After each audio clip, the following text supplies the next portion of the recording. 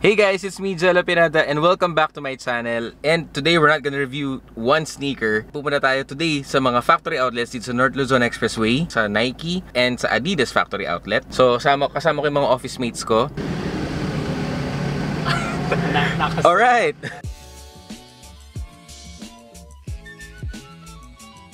Alright guys, so anyway, thank you very much for visiting my channel today and maraming salamat for tuning in. Kung bago ka dito, please go ahead and make sure to click on that subscribe button. And kung matagal ka na dito, maraming salamat for sticking with me.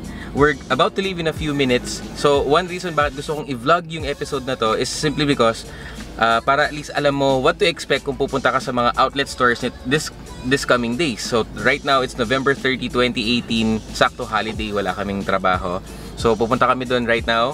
And then check mo kung anong magugustuhan mo. In few minutes, alis na kami. Wait lang.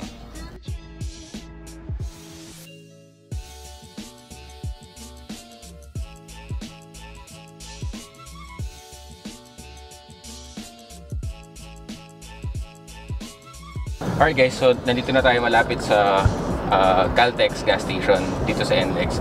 So basically, from northbound, for example, galing ka ng Angeles, kalampas mo lang na San Fernando exit, yung next na gas station, yun na yung sa Caltex. Ngayon, kung galing ka ng Manila, ang problem is, u-turn ka muna ng San Fernando, pupapasok ka ng San Fernando exit, tapos labas ka ulit para makapunta ka dito sa Caltex.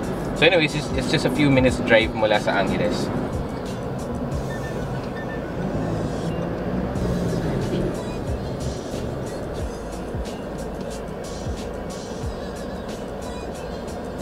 Alright, so we are here dito sa mega station ng Caltex. Nandito yung factory outlet. So nagsibaba na yung mga kasama natin. Check it out natin. So let's see kung anong mahanap natin dito. Bawal camera? Bawal camera sa loob? Bakit? Bakit bawal camera sa loob?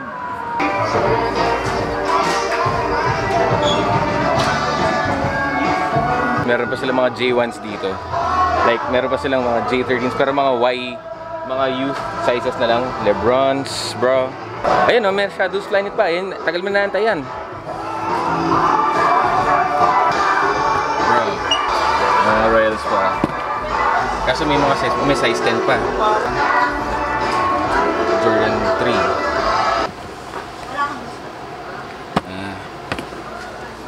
Flyknit. Kaya Kobe 80s. Itong Jordan 32 na ito, matagal ko na pinag-iisipan to eh. Kaso, hindi. Yes po. What purposes po yung... Sa vlog ko. Okay lang po if makiusap din po kayo sa manager namin. Okay lang, sige, asa na? Kasapin ko. Okay, so pinayagan akong mag-film dito guys. Although, hindi naman ganun karaming stocks nila right now, pero marami pa rin selections eh. Ayan, kagaya na sa akin. Yung isa kong review na sneaker, ito mismo. Nandito pa, available pa sila kasi 7.5. Ito talaga, pops man. Shit. 32 platinum. Ano yan? Uy, Air Max 1s. We have a couple of Air Max 1s for 4,995. Ito Air Max 1 Air Max 1, 4,995. Mariah, Flyknit Racers. Flyknit Racer. Shit. Sila nitong SF1 High na medyo... What bro? Dunks. Wala ba kayong Air 270? Air 27, wala po sir. Vapor Max? Mga ano lang, high caps. Hindi, yung lows lang na Flyknit. Wala po sir. Wala ba? Sige. Baka December. December, oh. December magre-restock daw sila. 13s. Oh, Flyknit. Air Max 1 Flyknit. 6,395.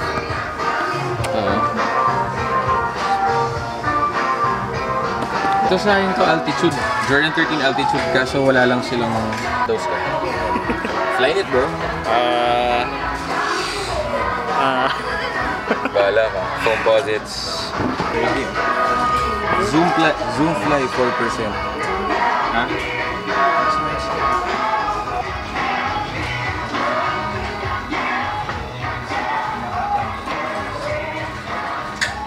Boss, EXP X14. Ano po, sir?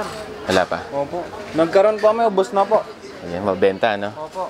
Benta ka agad. Then, magkano ito? 6,795. Mahal pa rin siya. Mahal pa rin.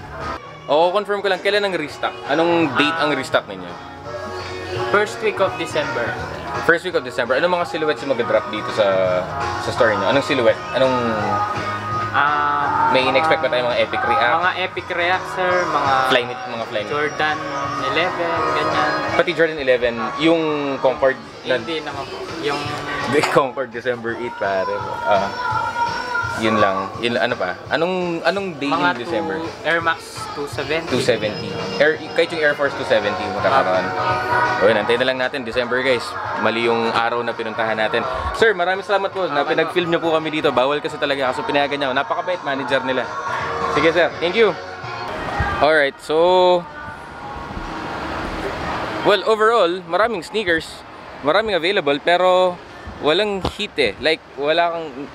Para sa akin, parang wala akong makap na yung gusto ko talaga. Kayo, meron? R? Wala rin. Si R yung kasama namin sa office. Ito si Mark, kasama ko rin sa office to. Ayan, si Del, especially si Del. Wala. Negative. Well, anyways guys, okay lang naman. Kasi ang totoong laban dyan ay Adidas. Pero meron pang isa pang designer shit dito. Fashion na. Check it out natin, baka may sneakers pa dito. Vans, oh. Bro, may Vans. Kaso medyo off. Sorry. Yung camo na Vans, oh. Nasa camo. Oh, ito pa, may mga Vans pa dito, guys. They're on 50% off dito sa yung katabi ng dito lang din sa Caltex. Ito sila. So, naka 50 off. Vans 50 off. Okay, so wala kami masyado nakita dito sa outlet dito sa San Fernando ng Nike. So we're expecting sana na meron kaming mahanap sa Adidas. December pa yung stocks. So baka possible, baka dumaan ako ulit dito. Baka dumaan kami ulit dito ng December. We'll see. Pero I'm hoping na by that time meron tayong makap na maganda, like 270s. Yung mga yun. Ito mga to hopeful sa 270s eh. Pero yun nga, meron pa sila mga Air Force 270s, yan yung mga yan. Although meron pa sila mga Flyknit na Jordans, which is very common na, pero meron silang Royals. Ang problem sa Royals is team size 12 sila, parang Carlo Ople. Team size 12. So ayan, punta na kami ng Adidas. Let's see kung ano meron doon.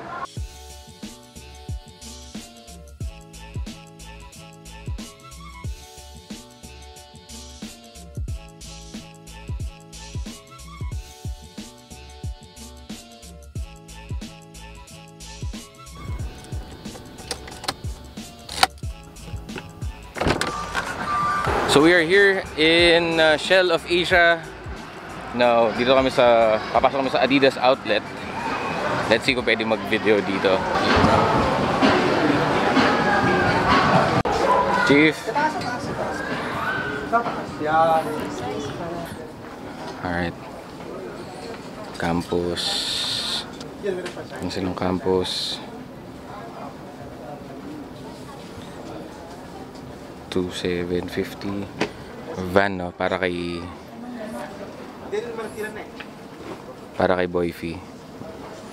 Tubulars EQT for 250. Tubular 4.2. Mahal pala ng tubular. EQT Stealth.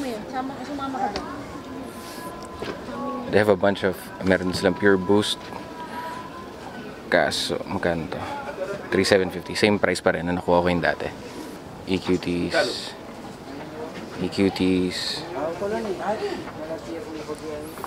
D-Rups. D-Rup, bro. Magkano D-Rup dito? 4,000. Pharrell tennis shoe, pink. Solar Boost. Shit, gusto ko nito. Gusto ko nito. Magkano siya? Tangina, 5,000. Mahal. Crazy Explosive Boost. Kano? 4,150. Oh, Pure Boost. 5,250. L limited. Sukat na. Add zero. D-Rup section. D-Rups. May ano doon. May Pure Boost doon. Chinese New Year. Resell ko na lang yung sa akin yung gusto mo. Kaso, Bala ko nga kunin. kunin mo na. EQTs.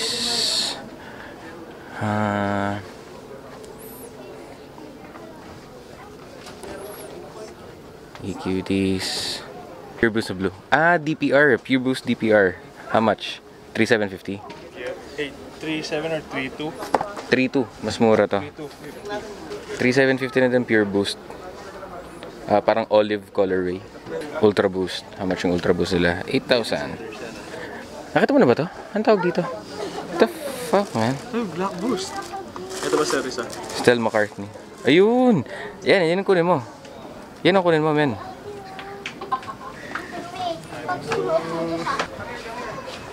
Sobakov. This is for 7,000. Ultra Boost. Ultra Boost J. 8,000. Before price, 8,000. After price, 8,000 pa rin. Awesome. Discount. Mark, kilala ko yan, ah. Resell ko na lang yung sa akin sa'yo. Dagdag akong 250. Sige na, oh. Ito yung maganda eh. Solar Glide. Solar Boost ST. Ito yung gusto ko eh. Okay lang, marami naman laman. Pero hindi lang yung ganun ka, wala masyadong hype. Si Del di makapili kung anong gusto niya. So anyways, no heat. Sabi kasi nung isang employee dito may ano daw paparating. Pero hindi sure kung ano. So chill na lang muna. Wala masyado eh. Okay. Sure ka na, ito na yan ha. Ang kinuha ni Del ay ang kanyang unang boost experience ay isang Supernova ST. Sir, size 10 po. Tsaka pupunta kayo dito, tol. Hanapin nyo dito si Boss Norman. Pakita ko sa inyo. Ayan si Boss Norman. Ayan, dito sa Adidas outlet dito sa Bulacan. Boss, ito bayad. Estudyante lang. Alright. Guys, okay, so that concludes our trip to NLEX, to Nike and Adidas outlets. So, it's a win for Del. Nakabili siya ng Supernova. Si Mark, Pure Boost. Chinese New Year na actually meron akong review. I'll link it down below. Aryum, yung kasama namin. Lucky today. Ang problema kasi nung may napili na siyang isang sneaker, ang problem broken size siya. Like wala siya, yung kapares niya ibang size, so sayang. Well, anyways guys, I do hope that you have enjoyed today's episode. Hindi siya sneaker review, pero at least, sneaker related content pa rin siya. Anyways, if you've enjoyed this video, please don't forget to like or smash that like button. And at the same time, kung bago ka dito, please make sure to subscribe to my YouTube channel. Maraming salamat guys, and I'll see you on the next video. Bye-bye. Don't sleep, bro! Don't sleep, bro! Bye-bye.